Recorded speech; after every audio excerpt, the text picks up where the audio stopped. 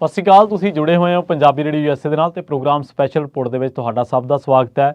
ਗੱਲ ਕਰਾਂਗੇ ਅਕਾਲੀ ਦਲ ਦੀ ਸਿਆਸਤ ਦੇ ਬਾਰੇ। ਸ਼੍ਰੋਮਣੀ ਅਕਾਲੀ ਦਲ ਦੇ ਪ੍ਰਧਾਨ ਸੁਖਬੀਰ ਸਿੰਘ ਬਾਦਲ ਨੇ ਜਦੋਂ ਤੋਂ ਮਾਫੀ ਮੰਗੀ ਹੈ, ਉਸ ਤੋਂ ਬਾਅਦ ਜਿਹੜੇ ਰੁੱਸੇ ਅਕਾਲੀ ਆਗੂ ਸੀ ਉਹਨਾਂ ਦੇ ਨੇੜੇ ਜਾਣ ਦਾ ਸਿਲਸਿਲਾ ਜਿਹੜਾ ਉਹ ਚੱਲ ਪਿਆ, ਜਾਂ ਕਹਿ ਲਓ ਕਿ ਜ਼ੋਰ ਫੜ ਗਿਆ। ਲੰਘੇ ਦਿਨੀ ਅਕਾਲੀ ਦਲ ਦੇ ਪ੍ਰਧਾਨ ਸੁਖਬੀਰ ਬਾਦਲ ਨੇ ਇਹ ਗੱਲ ਕਹੀ ਸੀ ਕਿ ਭਾਜਪਾ ਜਿਹੜੀ ਆ ਉਹ ਮਿਨੋਰਟੀਜ਼ ਨੂੰ ਪਹਿਲ ਨਹੀਂ ਦੇ ਰਹੀ ਜਾਂ ਉਹਨਾਂ ਦੇ ਵਿੱਚ ਕੋਈ ਤਵੱਜੋ ਨਹੀਂ ਦਿੰਦੀ, ਤੇ ਇਸ ਕਰਕੇ ਮੁਸਲਿਮ ਜਿਹੜੇ ਭਾਈਚਾਰਾ ਉਹਨਾਂ ਨੂੰ ਇਕਜੁੱਟ ਹੋਣਾ ਚਾਹੀਦਾ। ਤੇ ਉਹਨਾਂ ਨੇ ਕਿਹਾ ਸੀਗਾ ਕਿ ਜਿਵੇਂ ਅਸੀਂ ਮਿਨੋਰਟੀਜ਼ ਦੇ ਵਿੱਚ ਆ ਤਾਂ ਉਸ ਤਰੀਕੇ ਦੇ ਨਾਲ ਸਾਨੂੰ ਸਾਰਿਆਂ ਨੂੰ ਰਲ ਮਿਲ ਕੇ ਲੜਨਾ ਚਾਹੀਦਾ। ਹੁਣ ਕੀ ਇਹਨਾਂ ਨੇ ਇਹ ਸਵਾਲ ਦਿਲੋਂ ਚੁੱਕਿਆ ਸੀਗਾ ਜਾਂ ਬਾਅਦ ਦੇ ਵਿੱਚ ਇਹਨਾਂ ਦੇ ਮਨ ਦੇ ਵਿੱਚ ਆਇਆ ਕਿ ਇਹ ਗੱਲ ਕਰਨੀ ਚਾਹੀਦੀ, ਜਾਂ ਹੋ ਸਕਦਾ ਕਿ ਦਿੱਲੀ ਕੇਂਦਰੀ ਲੀਡਰਸ਼ਿਪ ਜਿਹੜੀ ਆ ਉਹ ਇਸ ਗੱਲ ਦੇ ਉੱਤੇ ਜ਼ੋਰ ਦਿੰਦੀ ਹੋਵੇ ਕਿ ਅਸੀਂ ਚੋਣਾਂ ਇਕੱਲੇ ਲੜਾਂਗੇ, ਅਸੀਂ ਗੱਠਜੋੜ ਕਰਕੇ ਨਹੀਂ ਲੜਾਂਗੇ। ਫਿਲਹਾਲ ਆਪਾਂ ਇਸ ਗੱਲ ਨੂੰ ਇੱਥੇ ਛੱਡ ਦਿੰਦੇ ਇੱਕ ਵਾਰੀ ਕਿ ਅਕਾਲੀ ਦਲ ਦਾ ਭਾਜਪਾ ਦੇ ਨਾਲ ਗੱਠਜੋੜ ਹੋਊ ਜਾਂ ਨਹੀਂ ਹੋਊ, ਪਰ ਕੀ ਹੁਣ ਅਕਾਲੀ ਭਾਜਪਾ ਨੂੰ ਸਿੱਧੇ ਹੋ ਕੇ ਟੱਕਰਨਗੇ? ਅਕਾਲੀ ਦਲ ਦੇ ਬਾਰੇ ਇਹ ਗੱਲ ਕਹੀ ਜਾਂਦੀ ਹੈ ਕਿ ਅਕਾਲੀ ਦਲ ਇੱਕ ਪੰਥਕ ਜਮਾਤ ਰਹੀ ਹੈ ਔਰ ਜਿਹਨੂੰ ਸਿੱਖਾਂ ਨੇ, ਪੰਜਾਬੀਆਂ ਨੇ ਆਪਣੇ ਖੂਨ ਦੇ ਨਾਲ ਸਿੰਜਿਆ। ਅਕਾਲੀ ਦਲ ਸਿੱਖਾਂ ਦੇ ਮੋਰਚਿਆਂ, ਪੰਜਾਬੀਆਂ ਦੇ ਮੋਰਚਿਆਂ ਦੇ ਵਿੱਚੋਂ ਨਿਕਲੀ ਹੀ ਉਹ ਜਮਾਤ ਹੈ ਜਿਹਨੂੰ ਪੰਥਕ ਜਮਾਤ ਕਦੇ ਕਿਹਾ ਜਾਂਦਾ ਸੀ। ਪਰ ਅਕਾਲੀ ਦਲ ਦੇ ਦੋ ਮੁਹਾਂਦਰੇ ਆਪਣੇ ਸਾਹਮਣੇ ਨੇ। ਪਹਿਲਾ ਮੁਹਾਂਦਰਾ ਕਿ ਦੇਸ਼ ਦੇ ਵਿੱਚ ਰਾਜਾਂ ਦੇ ਅਧਿਕਾਰਾਂ ਦੇ ਲਈ ਲੜਾਈ ਲੜਨ ਵਾਲਾ ਅਕਾਲੀ ਦਲ, ਮੋਰਚੇ ਲਾਉਣ ਵਾਲਾ ਅਕਾਲੀ ਦਲ, ਤੇ ਦੂਜੇ ਪਾਸੇ ਧਾਰਾ 370 ਟੁੱਟਣ ਤੋਂ ਬਾਅਦ ਅਖੰਡ ਭਾਰਤ ਕਹਿਣ ਵਾਲਾ ਅਕਾਲੀ ਦਲ। ਇੱਕ ਪਾਸੇ ਉਹ ਅਕਾਲੀ ਦਲ ਦਾ ਮੁਹਾਂਦਰਾ, ਇੱਕ ਪਾਸੇ ਅਕਾਲੀ ਦਲ ਦਾ ਉਹ ਕਿਰਦਾਰ ਜਿਹਦੇ ਵਿੱਚ ਜਥੇਦਾਰ ਪਿੰਡਾਂ ਦੀ ਅਗਵਾਈ ਕਰਦੇ ਸਨ, ਦਰਜਨਾਂ ਪਿੰਡਾਂ ਦੀ ਅਗਵਾਈ ਕਰਦੇ ਸਨ ਇੱਕ ਜਥੇਦਾਰ। ਔਰ ਜਿਹੜੀ ਗੱਲ ਉਹ ਜਥੇਦਾਰ ਕਹਿ ਦਿੰਦਾ ਸੀ ਉਹ ਗੱਲ ਇਉਂ ਗਿਣੀ ਜਾਂਦੀ ਸੀ ਜਾਂ ਇਉਂ ਮਿੱਥੀ ਜਾਂਦੀ ਸੀ ਕਿ ਜਥੇਦਾਰ ਸਾਹਿਬ ਨੇ ਕਹਿਤੀ ਇਹ ਗੱਲ ਹੁਣ ਜਾਂ ਤਾਂ ਹੋਊਗੀ ਤੇ ਜਾਂ ਜਥੇਦਾਰ ਸਾਹਿਬ ਇਸ ਗੱਲ ਉੱਤੇ ਆਪਣਾ ਰੁਖ ਸਪਸ਼ਟ ਕਰਨਗੇ। ਪਰ ਬਾਅਦ ਦੇ ਵਿੱਚ ਆਪਾਂ ਦੇਖਿਆ ਕਿ ਬਦਲੇ ਮੁਹਾਂਦਰੇ ਦੇ ਵਿੱਚ ਉਹਨਾਂ ਹੀ ਜਥੇਦਾਰਾਂ ਤੇ ਦੋਸ਼ ਲੱਗੇ ਕਿ ਥਾਣਿਆਂ ਦੇ ਵਿੱਚ ਲੋਕਾਂ ਨੂੰ ਸੱਦ ਕੇ ਜ਼ਲੀਲ ਕਰਨਾ, ਝੂਠੇ ਕੇਸ ਪਾਉਣੇ, ਰੇਤ ਮਾਫੀਆ, ਟਰਾਂਸਪੋਰਟ ਮਾਫੀਆ, ਹੋਰ ਤਰ੍ਹਾਂ ਦੇ ਇਲਜ਼ਾਮ ਅਕਾਲੀ ਦਲ ਦੇ ਇਹਨਾਂ ਆਗੂਆਂ ਤੇ ਲੱਗਦੇ ਰਹੇ। ਹਾਲਾਂਕਿ ਮੈਂ ਨਹੀਂ ਕਹਿੰਦਾ ਕਿ ਜਥੇਦਾਰ ਸ਼ਬਦ ਮਾੜਾ ਹੈ ਜਾਂ ਜੋ ਵੀ ਹੈ, ਪਰ ਇਹਨਾਂ ਦੇ ਜਥੇਦਾਰਾਂ ਉੱਤੇ ਇਸ ਤਰ੍ਹਾਂ ਦੇ ਜਿਹੜੇ ਇਲਜ਼ਾਮ ਉਹ ਲੱਗਦੇ ਰਹੇ। ਰੁੱਸੇ ਅਕਾਲੀ ਆਗੂ ਜਿਨ੍ਹਾਂ ਦੇ ਵਿੱਚ ਸੁਖਦੇਵ ਸਿੰਘ ਢੀਂਡਸਾ ਨੇ, ਉਹਨਾਂ ਨੇ ਪ੍ਰੇਮ ਸਿੰਘ ਚੰਦੂਮਾਜਰਾ ਵੱਲੋਂ ਜਿਹੜੇ ਨੇ ਉਹ ਉਹਨਾਂ ਦੇ ਨਾਲ ਮੁਲਾਕਾਤ ਕੀਤੀ ਗਈ ਸੀ ਲੰਘੇ ਦਿਨੀ, ਤੇ ਕਹਿੰਦੇ ਕਿ ਦਿੱਲੀ ਦੇ ਅਕਾਲੀ ਆਗੂ ਮਨਜੀਤ ਸਿੰਘ ਜੀਕੇ ਨੂੰ ਵੀ ਅਕਾਲੀ ਦਲ ਦੇ ਵਿੱਚ ਵਾਪਸ ਲਿਆਉਣ ਦੇ ਵਿੱਚ ਚੰਦੂਮਾਜਰਾ ਨੇ ਭੂਮਿਕਾ ਨਿਭਾਈ ਆ। ਹੁਣ ਕੋਈ ਬੰਦਾ ਪਾਰਟੀ ਛੱਡ ਕੇ ਜਾਵੇ, ਆਵੇ, ਮੁੜ ਕੇ ਆਵੇ, ਚੋਣ ਲੜੇ ਨਾ ਲੜੇ, ਇਹਦਾ ਨਿੱਜੀ ਫੈਸਲਾ, ਸਾਡਾ ਉਹਦੇ 'ਚ ਕੋਈ ਨਹੀਂ। ਪਰ ਅਸਲ ਦੇ ਵਿੱਚ ਸਭ ਤੋਂ ਵੱਡਾ ਤੇ ਬੁਨਿਆਦੀ ਸਵਾਲ ਇਹ ਹੈ ਕਿ ਕੀ ਜਿਹੜੇ ਇਹਨਾਂ ਲੋਕਾਂ ਨੇ ਪੁਆਇੰਟ ਚੁੱਕੇ ਸੀ ਕਿ ਉਹ ਸਾਰੇ ਮਸਲੇ ਹੱਲ ਹੋ ਗਏ? ਸੁਖਦੇਵ ਸਿੰਘ ਢੀਂਡਸਾ ਕਿਸੇ ਸਮੇਂ ਕਹਿੰਦੇ ਹੁੰਦੇ ਸੀ ਕਿ ਸੁਖਬੀਰ ਸਿੰਘ ਬਾਦਲ ਦੇ ਰਵੱਈਏ ਕਰਕੇ ਸਾਨੂੰ ਢਾਹ ਲੱਗੀ ਹੈ, ਅਸੀਂ ਹਾਸ਼ੀਆਗ੍ਰਸਤ ਹੋਏ ਹਾਂ।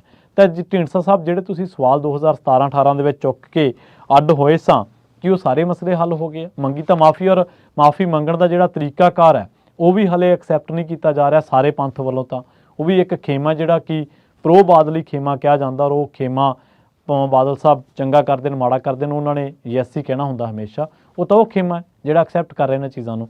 ਸੋ ਖੈਰ ਅਸਲ ਦੇ ਵਿੱਚ ਹੋਇਆ ਕੀ ਹੈ ਕਿ 2015 ਦੇ ਵਿੱਚ ਬਹਿਬਲ ਕਲਾਂ ਗੋਲੀਕਾਂਡ ਤੋਂ ਬਾਅਦ, ਕੋਟਕਪੂਰਾ ਗੋਲੀਕਾਂਡ ਤੋਂ ਬਾਅਦ, ਲਾਠੀਚਾਰਜ ਤੋਂ ਬਾਅਦ, ਤੇ ਇਸ ਮਾਮਲੇ ਦੇ ਵਿੱਚ ਡੇਰਾ ਸਿਰਸਾ ਸੌਦਾ ਸਾਧ ਨੂੰ ਮਾਫੀ ਦੇਣ ਦੇ ਮਾਮਲੇ ਦੇ ਵਿੱਚ ਬਹੁਤ ਸਾਰੇ ਲੋਕ ਅਕਾਲੀ ਦਲ ਨਾਲੋਂ ਟੁੱਟ ਗਏ। 2017 ਦੇ ਵਿੱਚ ਅਕਾਲੀ ਦਲ ਨੇ ਚੋਣਾਂ ਲੜ ਕੇ ਲੜੀਆਂ ਬੀਜੇਪੀ ਦੇ ਨਾਲ, 15 ਸੀਟਾਂ ਤੇ ਸਿਮਟ ਗਈ ਪਾਰਟੀ। 2019 ਦੀਆਂ ਵਿਧਾਨ ਸਭਾ ਚੋਣਾਂ ਦੇ ਵਿੱਚ ਮਹਿਜ਼ ਸੁਖਬੀਰ ਬਾਦਲ ਤੇ ਹਰਸਿਮਰਤ ਕੌਰ ਬਾਦਲ ਹੀ ਲੋਕ ਸਭਾ ਦੇ ਵਿੱਚ ਪਹੁੰਚ ਸਕੇ। 2022 ਆਉਂਦਿਆਂ ਪਾਰਟੀ ਇੰਨੀ ਕੁ ਹਾਸ਼ੀਆਗ੍ਰਸਤ ਹੋ ਗਈ ਸਿਆਸੀ ਨਕਸ਼ੇ ਦੇ ਉੱਤੋਂ ਕਿ 3 ਸੀਟਾਂ ਤੱਕ ਇਹ ਸਿਮਟ ਕੇ ਰਹਿ ਗਈ ਹੈ ਅਕਾਲੀ ਦਲ ਜਿਹੜਾ। ਉਸ ਤੋਂ ਬਾਅਦ ਆਪਾਂ ਦੇਖਿਆ ਕਿ ਇਹਨਾਂ ਦਾ ਵੋਟ ਬੈਂਕ 18% ਤੱਕ ਰਹਿ ਗਿਆ, ਜਿਹੜਾ ਕਿ ਕਦੇ 44-45% ਤੱਕ ਵੀ ਸੀਗਾ।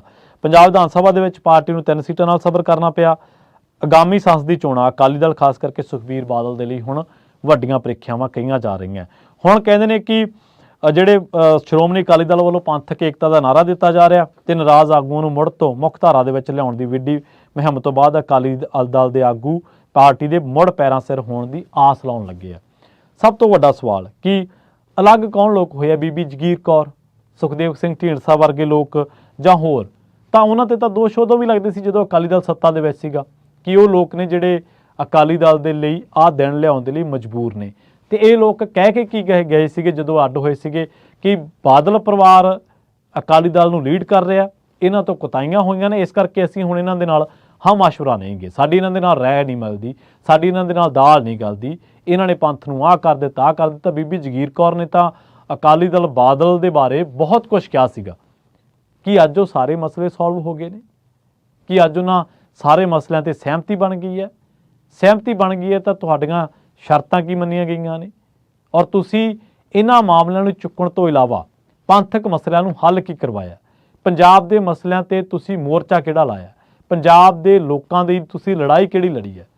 ਸਿਰਫ ਇਸ ਕਰਕੇ ਕਿ ਤੁਹਾਡੇ ਸਾਰਿਆਂ ਦੇ ਜਿਹੜੇ ਸਿਆਸੀ ਇਛਾਵਾਂ ਨੇ, ਜਿਹੜੇ ਸਾਰਿਆਂ ਦੇ ਇੱਕ ਸਿਆਸੀ ਜਿਹੜੇ ਪੁਲਾਓ ਬੁਣੇ ਹੁੰਦੇ ਆ, ਉਹ ਢਹਿ ਚੁੱਕੇ ਨੇ। ਲੋਕਾਂ ਨੇ ਤੁਹਾਨੂੰ ਨਕਾਰ ਦਿੱਤਾ ਹੈ। ਤੁਸੀਂ ਪਹਿਲਾਂ ਜਦੋਂ ਤੁਹਾਡੇ ਕੋਈ ਕੰਮਕਾਰ ਕਾਰਦਗੀ ਤੇ ਕੋਈ ਇਤਰਾਜ਼ ਕਰਦਾ ਸੀ, ਤੁਸੀਂ ਕਹਿੰਦੇ ਸੀਗੇ ਕਿ ਇਸ ਤਾਂ ਸਾਨੂੰ ਤਾਂ ਚੁਣ ਕੇ ਭੇਜਿਆ ਲੋਕਾਂ ਨੇ। ਤੇ ਪਰ ਜੇਕਰ ਉਦੋਂ ਇਹ ਗੱਲ ਕਹਿੰਦੇ ਸੀ, ਜੇਕਰ ਤੁਹਾਡਾ ਉਦੋਂ ਇਹ ਐਟੀਟਿਊਡ ਸੀ, ਤਾਂ ਹੁਣ ਇਹ ਵੀ ਮੰਨੋ ਨਾ ਕਿ ਲੋਕਾਂ ਨੇ ਤੁਹਾਨੂੰ ਨਕਾਰ ਦਿੱਤਾ। ਔਰ ਜਿਹੜੇ ਲੋਕ ਅਕਾਲੀ ਦਲ ਦੇ ਵਿੱਚ ਹੁੰਦੇ ਹੋਏ ਇਹ ਗੱਲ ਕਹਿੰਦੇ ਸੀਗੇ, ਜਗਮੀਤ ਬਰਾੜ ਵਰਗੇ, ਕਿ ਇਕਬਾਲ ਸਿੰਘ ਝੁੰਦਾ ਕਮੇਟੀ ਦੀ ਰਿਪੋਰਟ ਤੇ ਗੌਰ ਹੋਣੀ ਚਾਹੀਦੀ ਹੈ, ਉਹ ਕਮੇਟੀ ਕੀ ਕਹਿੰਦੀ ਸੀ? ਉਹ ਕਮੇਟੀ ਇਹੀ ਗੱਲ ਕਹਿੰਦੀ ਸੀਗੀ ਕਿ ਮੋਹਰਲੀ ਕਤਾਰ ਦੇ ਆਗੂਆਂ ਨੂੰ ਅਕਾਲੀ ਦਲ ਤੋਂ ਲਾਂਭੇ ਹੋ ਜਾਣਾ ਚਾਹੀਦਾ। ਅੱਜ ਵੀ ਪੰਜਾਬ ਦੇ ਲੋਕ ਮੰਨਦੇ ਨੇ ਕਿ ਜੇਕਰ ਅਕਾਲੀ ਦਲ ਦੇ ਉੱਤੇ ਕਿਸੇ ਤਰ੍ਹਾਂ ਦਾ ਗਲਬਾ ਨਾ ਹੋਵੇ ਇੱਕ ਪਰਿਵਾਰ ਦਾ, ਜੇਕਰ ਅਕਾਲੀ ਦਲ ਵਾਕਈ ਪੰਥਕ ਜਮਾਤ ਹੋਵੇ, ਤਾਂ ਅਕਾਲੀ ਦਲ ਦੀ ਮੁੜ ਸੁਰਜੀਤੀ ਲਈ ਕੋਈ ਬਹੁਤਾ ਸਮਾਂ ਨਹੀਂ ਚਾਹੀਦਾ। ਅੱਜ ਵੀ ਲੋਕ ਕਹਿੰਦੇ ਨੇ ਕਿ ਅਸੀਂ ਇੱਥੇ ਤੱਕ ਕਿ ਭਾਜਪਾ ਪ੍ਰਧਾਨ ਜਾਖੜ ਸਾਹਿਬ ਕਹਿ ਚੁੱਕੇ ਨੇ ਕਿ ਪੰਜਾਬ ਦੇ ਲਈ ਅਕਾਲੀ ਦਲ ਦਾ ਹੋਣਾ ਬਹੁਤ ਜ਼ਰੂਰੀ ਹੈ। ਖੇਤਰੀ ਪਾਰਟੀਆਂ ਦਾ ਕੋਈ ਵਜੂਦ ਰਿਹਾ ਇਸ ਦੇਸ਼ ਦੀ ਸਿਆਸਤ ਦੇ ਵਿੱਚ। ਖੇਤਰੀ ਪਾਰਟੀਆਂ ਇਸ ਦੇਸ਼ ਦੀ ਸਿਆਸਤ ਦੀ ਦਿਸ਼ਾ ਤੈਅ ਕਰਦੀਆਂ ਰਹੀਆਂ ਨੇ, ਪਰ ਇਹ ਦਿਸ਼ਾ ਤਾਂ ਤੈਅ ਹੋਣੀ ਹੈ ਜੇਕਰ ਸਿਧਾਂਤ ਤੇ ਰਹਾਂਗੇ, ਜੇਕਰ ਕਿਸੇ ਅਸੂਲ ਤੇ ਰਹਾਂਗੇ। ਪਰ ਜੇਕਰ ਸਿਧਾਂਤ ਦੇ ਬਾਰੇ ਸਾਨੂੰ ਅਸਪਸ਼ਟਤਾ ਹੋਊਗੀ, ਜੇਕਰ ਸਾਡਾ ਸਿਧਾਂਤ ਹੀ ਨਹੀਂ ਕਲੀਅਰ, ਤਾਂ ਅਸੀਂ ਕੀ ਕਰ ਲਾਂਗੇ? ਹੁਣ ਜਿਹੜੇ ਨਾਰਾਜ਼ ਹੋ ਕੇ ਵਾਪਸ ਗਏ ਸੀਗੇ, ਕੀ ਬੇਅਦਬੀ ਦੇ ਦੋਸ਼ੀਆਂ ਨੂੰ ਸਜ਼ਾਵਾਂ ਹੋ ਗਈਆਂ? ਕੀ ਲਾਪਤਾ ਪਾਵਨ ਸਰੂਪ ਲੱਭ ਗਏ ਆ? ਕਿ ਜਿਹੜੇ ਹੋਰ ਪੰਥਕ ਮਸਲੇ ਨੇ ਉਹ ਸਾਰੇ ਮਸਲੇ ਹੱਲ ਕਰ ਲਏ ਗਏ ਆ? ਕਿ ਜਿਹੜੇ ਮਾਮਲਿਆਂ ਦੇ ਵਿੱਚ ਸਿੱਖਾਂ ਦੇ ਸਵਾਲ ਨੇ, ਅੱਜ ਵੀ ਕਈ ਸਵਾਲ ਨੇ ਕਿ ਪੰਜਾਬ ਦੇ ਮਸਲੇ, ਰਾਜਧਾਨੀ ਚੰਡੀਗੜ੍ਹ, ਪਾਣੀ, ਜਿੰਨੇ ਵੀ ਮਸਲੇ ਨੇ, ਕੀ ਸਾਰੇ ਹੱਲ ਕਰਵਾ ਲਏ ਤੁਸੀਂ? ਸੋ ਕਿਸ ਤਰੀਕੇ ਦੇ ਨਾਲ ਤੁਸੀਂ ਕਿਹੜੇ ਮੂੰਹ ਦੇ ਰਾਹੀਂ ਆਪਣੀ ਜਿਹੜੀ ਲੋਕਾਂ ਦੇ ਸਾਹਮਣੇ ਰਿਪੋਰਟ ਰੱਖਣਾ ਚਾਹੁੰਦੇ ਹੋ? ਸਿਰਫ ਇਸ ਕਰਕੇ ਕਿ ਪਹਿਲਾਂ ਅਸੀਂ ਲੜੇ ਸੀਗੇ, ਅੱਡ ਹੋਏ ਸੀ, ਹੁਣ ਅਸੀਂ ਵਾਪਸ ਆ ਗਏ ਹਾਂ। ਪਰ ਜਿਹੜੇ ਮਸਲੇ ਨੇ, ਸਵਾਲ ਨੇ, ਕਿ ਉਹ ਸਵਾਲ ਬੰਦ ਹੋ ਜਾਣਗੇ ਲੋਕਾਂ ਦੇ? ਇਹ ਆਪਾਂ ਗੱਲ ਪੰਜਾਬ ਦੇ ਲੋਕਾਂ ਤੇ ਛੱਡ ਦਿੰਦੇ ਹਾਂ ਕਿ ਉਹਨਾਂ ਸਵਾਲਾਂ ਨੂੰ ਪੰਜਾਬ ਦੀ ਜਨਤਾ ਦੁਬਾਰਾ ਅਕਾਲੀ ਦਲ ਦੀ ਝੋਲੀ ਦੇ ਵਿੱਚ ਰੱਖੇਗੀ ਕਿ ਆਹ ਸਾਡੇ ਮਸਲੇ ਸੀ, ਤੁਸੀਂ ਹੱਲ ਕਰਵਾਓ। ਔਰ ਜਿਹੜੇ ਲੋਕ ਅੱਜ ਕਹਿ ਰਹੇ ਨੇ ਕਿ ਅਸੀਂ ਰਲੇਵਾਂ ਕਰਨ ਜਾ ਰਹੇ ਹਾਂ, ਉਹ ਲੋਕ ਜਦੋਂ ਅੱਡ ਹੋਏ ਸੀਗੇ ਤਾਂ ਉਹਨਾਂ ਦੀ ਪਰਫਾਰਮੈਂਸ ਦੇਖੋ ਕੀ ਹੈ, ਉਹਨਾਂ ਦਾ ਕਿਰਦਾਰ ਸਿਆਸੀ ਕੀ ਹੈ, ਉਹਨਾਂ ਨੇ ਕਿਹੜੇ ਇਸ਼ੂਜ਼ ਦੇ ਉੱਤੇ ਰੌਲਾ ਪਾਇਆ। ਵਿਧਾਨ ਸਭਾ 'ਚ ਸਾਰੇ ਨਹੀਂ ਜਾਂਦੇ ਹੁੰਦੇ। ਅਕਾਲੀ ਦਲ ਦੇ ਆਗੂ ਜਥੇਦਾਰ ਸਾਹਿਬਾਨ ਜਦੋਂ ਵਿਧਾਨ ਸਭਾ, ਲੋਕ ਸਭਾ ਦੇ ਵਿੱਚੋਂ ਬਾਹਰ ਹੁੰਦੇ ਸੀ, ਲੋਕਾਂ ਦੀ ਲੜਾਈ ਉਹ ਉਦੋਂ ਵੀ ਲੜਦੇ ਸੀ, ਲੋਕਾਂ ਦੇ ਲਈ ਉਹ ਉਦੋਂ ਵੀ ਖੜਦੇ ਸੀ, ਗਲਤ ਨੀਤੀਆਂ ਦਾ ਵਿਰੋਧ ਕਰਦੇ ਸੀ। ਉਹਨਾਂ ਦਾ ਕਿਰਦਾਰ ਜਾਣਿਆ ਜਾਂਦਾ ਸੀ ਲੋਕ ਸੰਘਰਸ਼ਾਂ ਦੇ ਨਾਇਕਾਂ ਵਜੋਂ। ਪਰ ਕੀ ਅਸੀਂ ਕਿਰਦਾਰ ਬਰਕਰਾਰ ਰੱਖਿਆ ਉਹ ਵਾਲਾ? ਇਹ ਵੱਡਾ ਸਵਾਲ ਹੈ। ਬਹੁਤ ਬਹੁਤ ਧੰਨਵਾਦ। ਜਲਦੀ